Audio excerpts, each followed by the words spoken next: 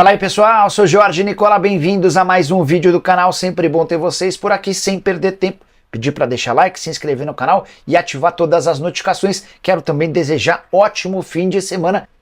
Quero falar agora sobre o São Paulo que tem Mário Rui como plano A, B, C, D e E. Não existe outra alternativa para a lateral esquerda que não seja o português de 33 anos de idade que pertence ao Napoli. As tratativas com o Alexandro não avançaram, você sabe, contei para vocês, o Alexandro é novo reforço do Flamengo. Questão financeira foi o grande impeditivo. Apesar de ser São Paulino, o Alexandro entendia que merecia pelo menos R$800 mil por mês de salário. São Paulo não passou dos 600 mil mensais. Diante disso, o lateral optou por jogar no Fla, onde vai ganhar na casa de 1.300.000 por mês. Sobre Mário Rui, São Paulo tem esse atleta como a única opção e a última até o fechamento da janela em 2 de setembro. São Paulo não tem outras possibilidades para a lateral esquerda e vai insistir na contratação desse atleta, mas depende de uma rescisão de contrato do Mário Rui com o Napoli, o que não aconteceu até agora. Cheguei a contar para vocês no vídeo desse sábado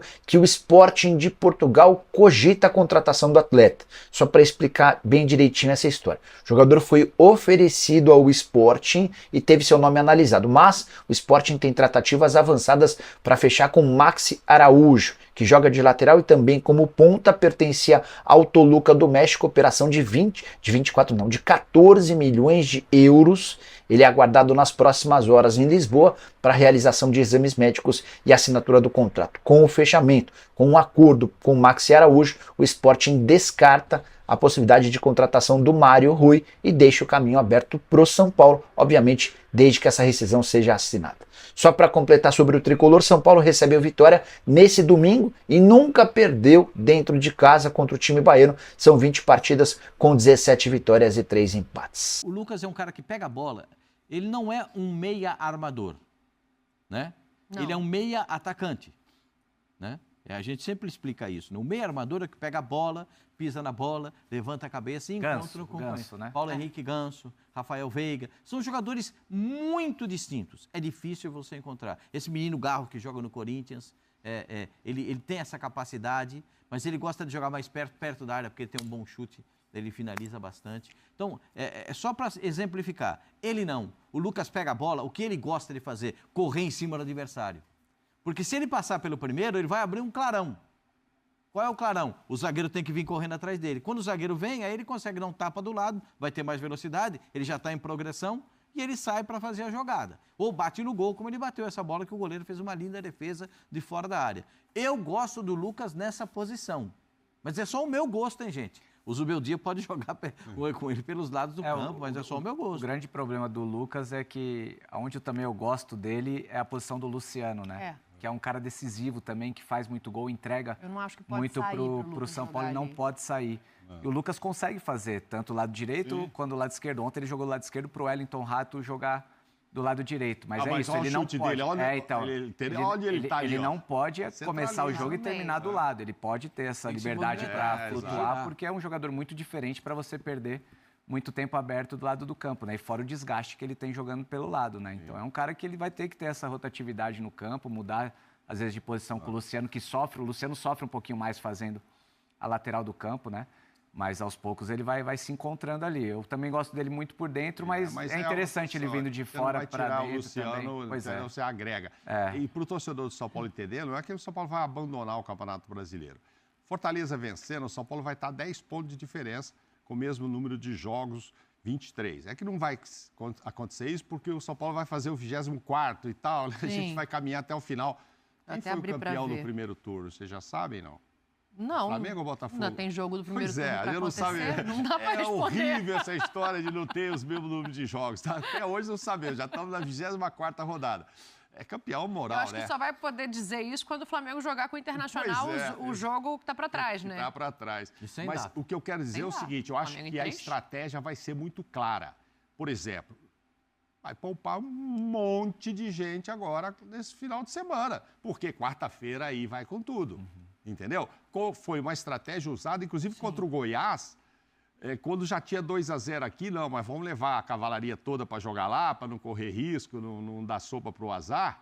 E aí joga aqui com o Atlético Goianiense, dá para botar um time bem mais misturado. Não, aí perfeito, né? Porque assim, é agora para a Copa do Brasil, pensando nesses 2 jogos da entre-safra, digamos assim. Não é para largar para sempre, que aí é o Não, claro, vai querer ficar ali na zona de classificação, mas me parece que este vai priorizar. O São Paulo vai, mesmo que não fala, vai deixar claro nas escalações do Campeonato Brasileiro que, obviamente, são duas pancadas, 2 jogos enormes, né? Sim. É Atlético Mineiro, é Botafogo. E o São Paulo com chance de ir para frente. Então, assim, vai administrar. Outros times não conseguem nem fazer isso. Tem time aí que não tem nem elenco para fazer. O São Paulo fez isso claramente já, quando precisou classificar no própria Copa do Brasil com o Goiás. E agora com Vitória em casa, entendeu? Depois do Fluminense fora. Então, aí o Fluminense. Só que depois do Fluminense tem a decisão do jogo de volta da Copa do Brasil, é isso? Aí, dependendo do que aconteça... são 2 semanas seguidas. Então, é isso. Aí, dependendo do que aconteça nesse primeiro jogo da Copa do Brasil, é fora ou dentro do São Paulo? Ixi, Maria, vocês estão fazendo umas perguntas difíceis. Para saber, né? Você perde Primeiro é no Morumbi, São Paulo e Galo, depois na Arena MRV o jogo da volta.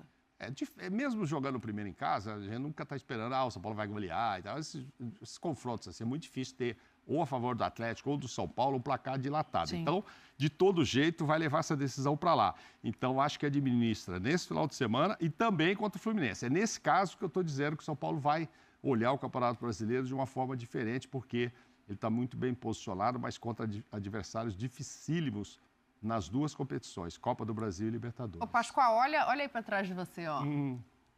Esse moço que tá aí atrás de você. Caleri, você fala o que dele? Que parece que nasceu por quê? O Caleri nasceu com a camisa do São Paulo, mas ninguém falou para ele, né? Ele foi descobrir quando ele chegou no Morumbi.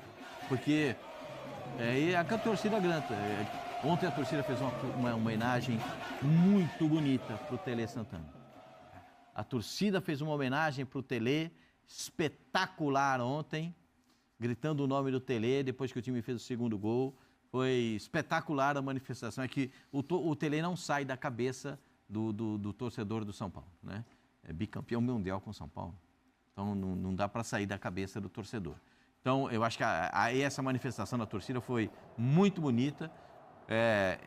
Como disse o presidente do São Paulo, é mais uma daquelas noites de Libertadores da América jogando no Morumbi. O Fábio jogou e sabe muito bem o que é. O maior público do ano lá, hein? Mais de 60 mil pessoas presentes. O maior público desta temporada. O Nacional tem um time que defensivamente até se comporta bem. O problema do Nacional é a saída do meio-campo para o ataque. O time não tem pegada, não tem punch na parte ofensiva. E falta muito, Caleri. Dá uma olhada nele lá. Esse é espetacular. Sabe por quê? É um centroavante que bota respeito pro adversário. O zagueiro vai jogar contra o Caleri e fala, e se ele tiver uma chance, ele faz. Ele não precisa de 2, ele precisa de uma. Olha aí, só gente ruim nessa olha o que está nessa tela. O Pascoal falou de Tele, de homenagem, de história. Ele está prestes a entrar ali entre os gigantes dessa história. Eu joguei com o Luiz e com o Rogério no São Paulo. Eu sei o tamanho da idolatria que o torcedor de São Paulo tem por esses jogadores. Então, esses números do Caleri são muito grandes, assim, sabe?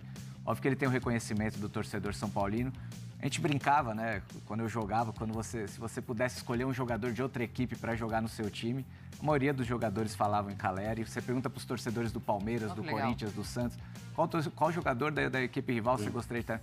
Porque é um cara que realmente ele incorporou a camisa do São Paulo, é um cara que briga por todas as bolas, faz gol, ele entrega muita coisa, né?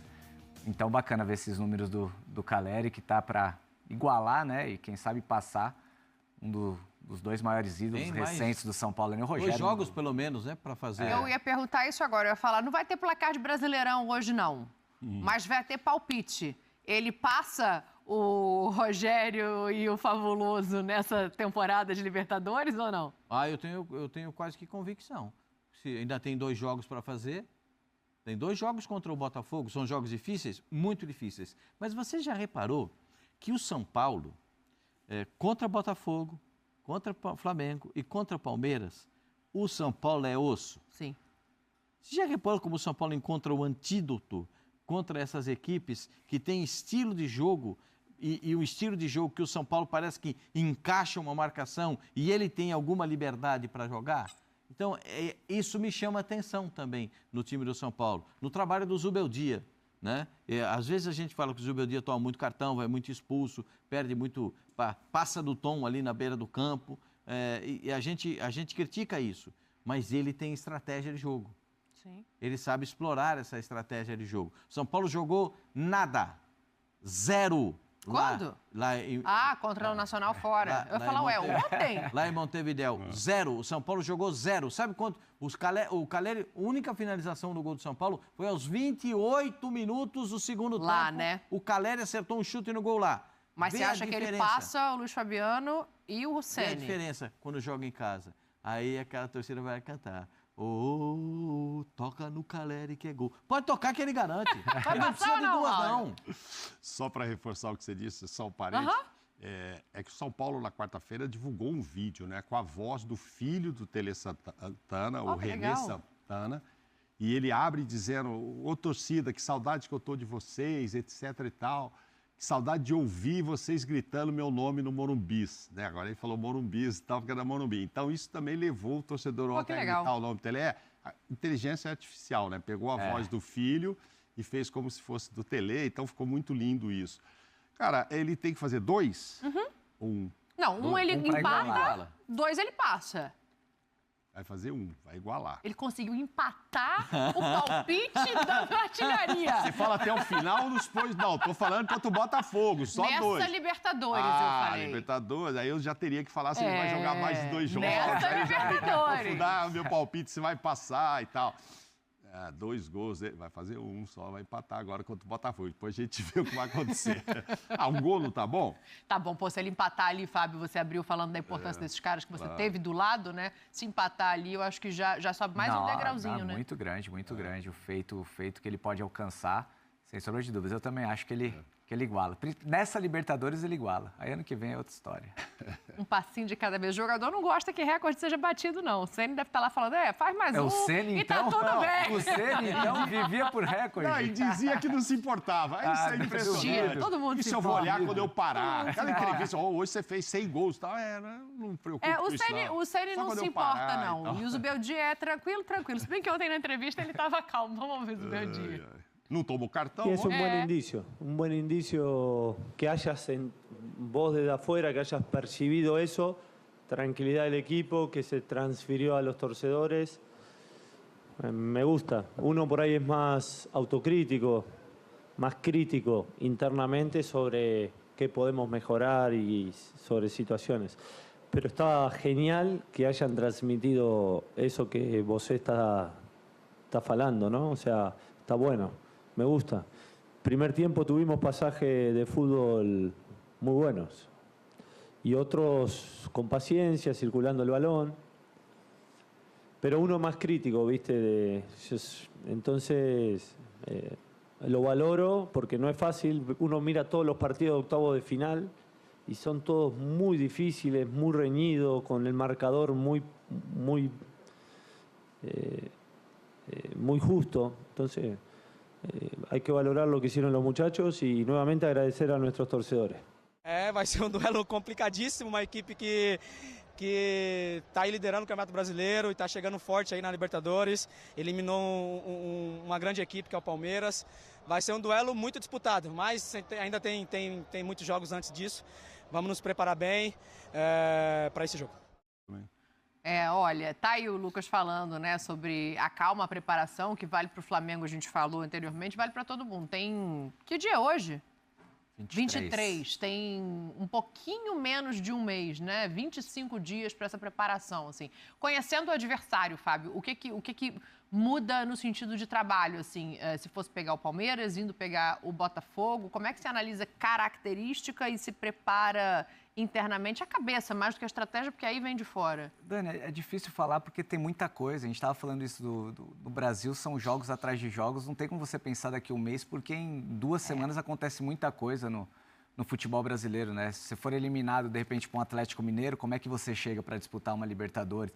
Se você passa do Atlético Mineiro numa Copa do Brasil, você chega muito mais fortalecido para enfrentar um Botafogo. Então, acho que tem que viver jogo a jogo, como ele falou ali, competição a competição, e lá na frente ver como é que vai ser, mas que eu tenho certeza que, como foi o confronto Botafogo e Palmeiras, o confronto das oitavas, eu acho que o principal confronto dessas quartas vai ser São Paulo e Botafogo. Mas que tem uma diferença aí nessa preparação, já que você usou essa palavra.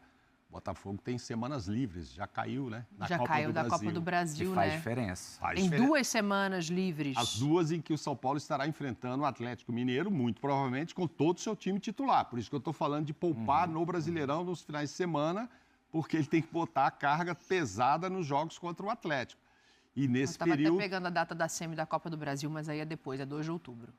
Mas então, essa Copa... Agora, a gente falou muito do Botafogo semana passada e tal... mas ele está fora. Não pesou, vai pesar agora. Agora ele vai ter a semana livre, né? Porque a semana passada ele ainda estava. Agora são 2 semanas livres em que o São Paulo vai jogar um jogo pesadíssimo, 2 jogos, contra o Atlético.